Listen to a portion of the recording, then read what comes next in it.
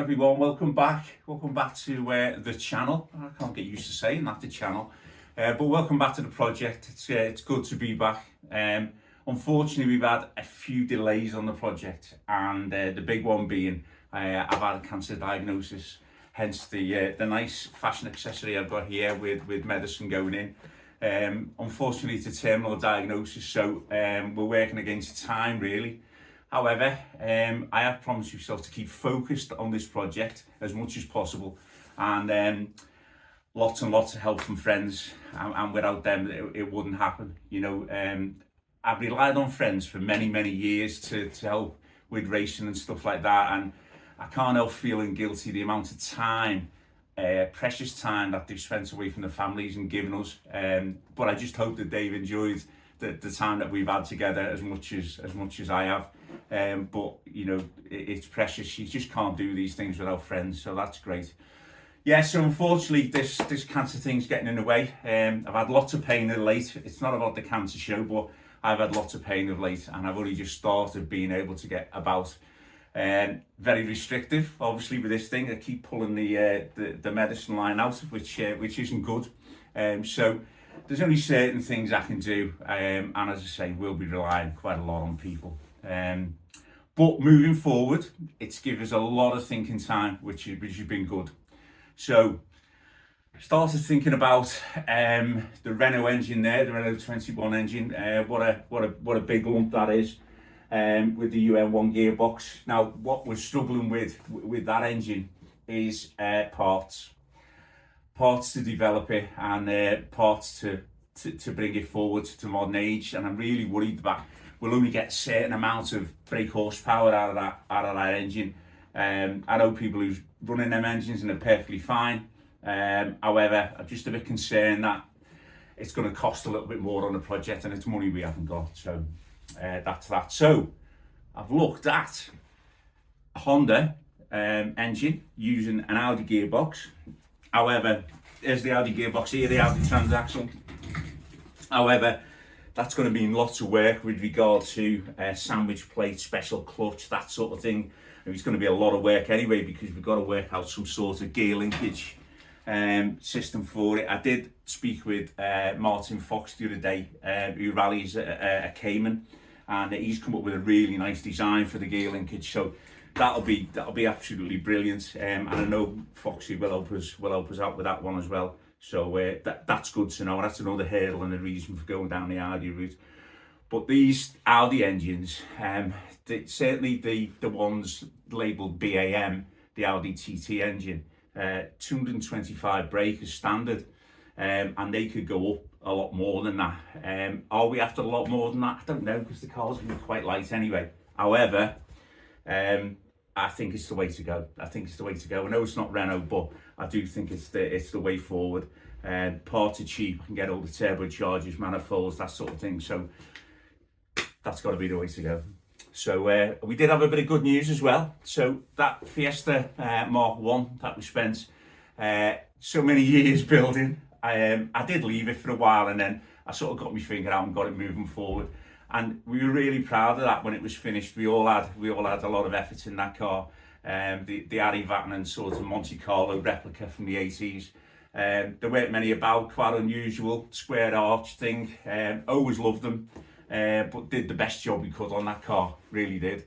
The guy that bought it, Dave, I'm delighted that he just loves owning it. He fell in love with it as soon as he walked in the garage, which was fantastic. But a couple of weeks ago, he said he was going to be at Upton Park at a Ford show. I unfortunately just was not well enough to get there, but it won a concourse award, which I was absolutely delighted with, and lots of people have messaged us to say how good the car looks. So I'm delighted for him. I'm delighted for us that we've turned around a really nice car. And it was just for the love of it, nothing else. But yeah, that's the way it is. But I'm delighted with that. That's good. So we've got to move forward now. So the back end's got to come out the car. I spoke to Michael at Gemini. The bits will be 2 weeks away. So our Slovakian postman will be here in a couple of weeks, which will be brilliant. So I've got to look at how we move forward, and what it's given me, sort of laying on a couch for all this time, is a lot of thinking time and a lot of time to look at what we're going to do, how we're going to go about it, drawing things out, that sort of thing. So the next thing in here is we need to level the car up. Now this isn't quite Project Binky, it's not fantastic way of doing things, but we've got some of these sort of acro prop levelers. So the car will go on the levelers. Just want to make sure it's exactly flat for when all the bits come from Slovakia, and we weld all those in. So that'll be our next step.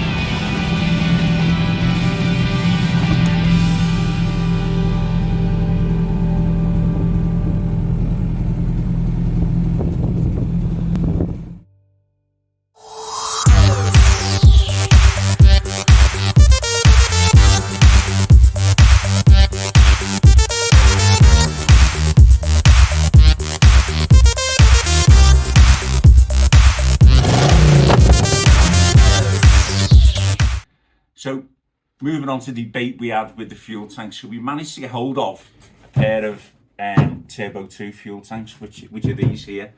You can see they fit perfectly under the seats. However, what I'm concerned about is when I put the seats in, being tall and stuff, whether they'd be restrictive, especially this one here. This is obviously the passenger side. I was thinking of maybe just fitting one of these, but it is quite restrictive on how far the seat can go back. So it's a bit of a debate on what to do. But I have come up with a design for the fuel tank for the front.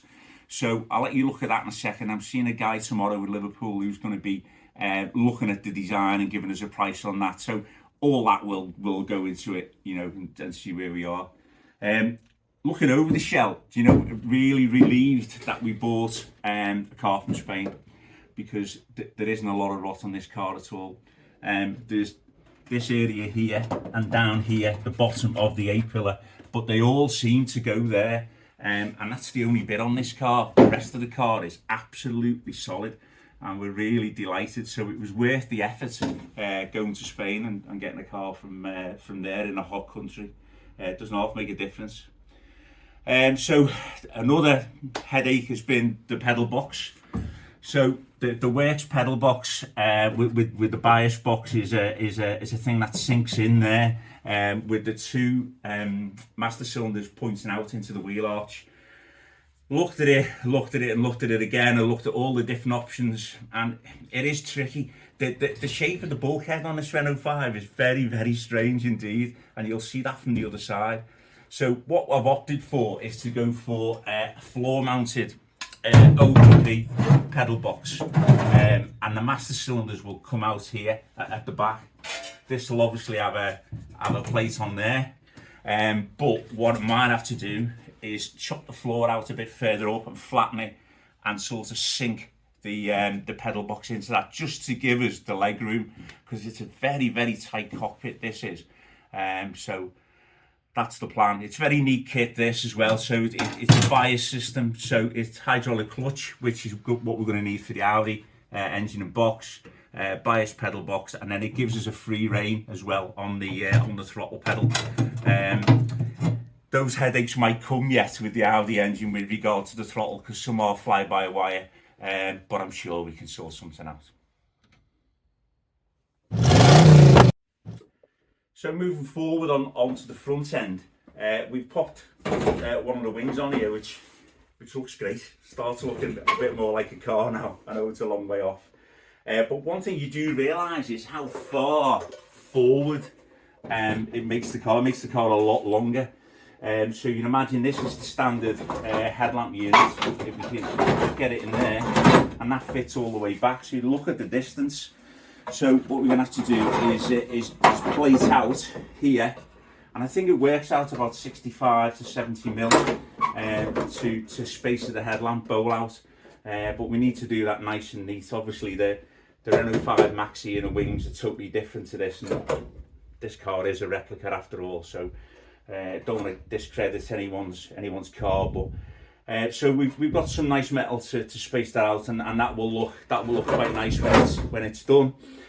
Going back to the fuel tank debate, so we did have a discussion, mate of mine, on Saturday with regard to this. Do we go with the Turbo 2 tanks under the seat, or do we try and get some weight at the front of the car here? Because you can imagine all the weight is going to be right at the back of the car, so there's not going to be a great deal at the front.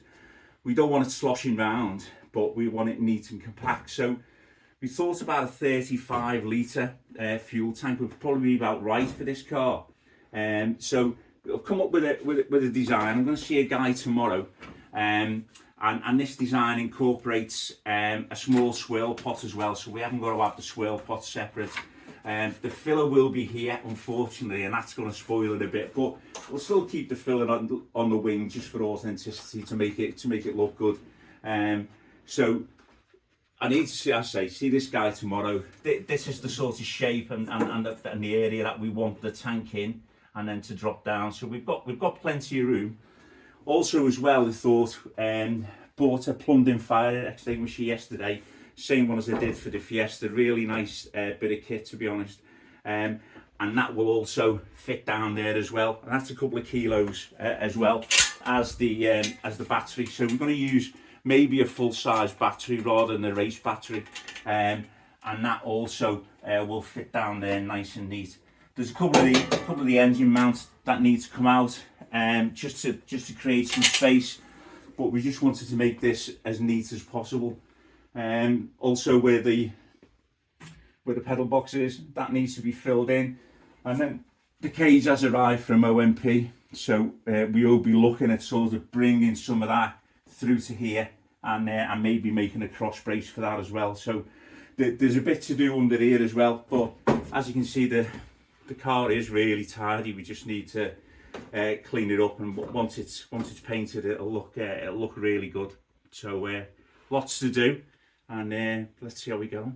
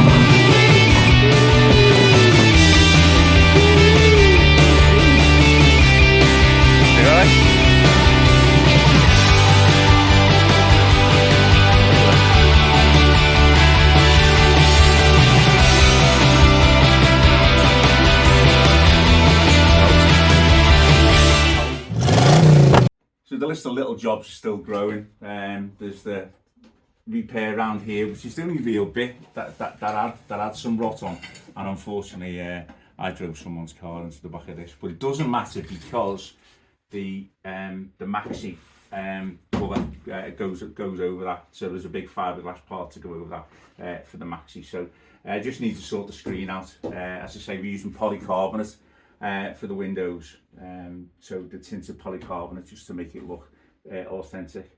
But for very little, well, not very little work, but for very little time,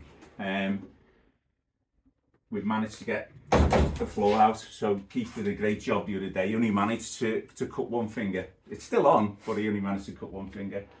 So the boot floor's out, and there's a bit to do yet. There's some dressing down here that we need to do.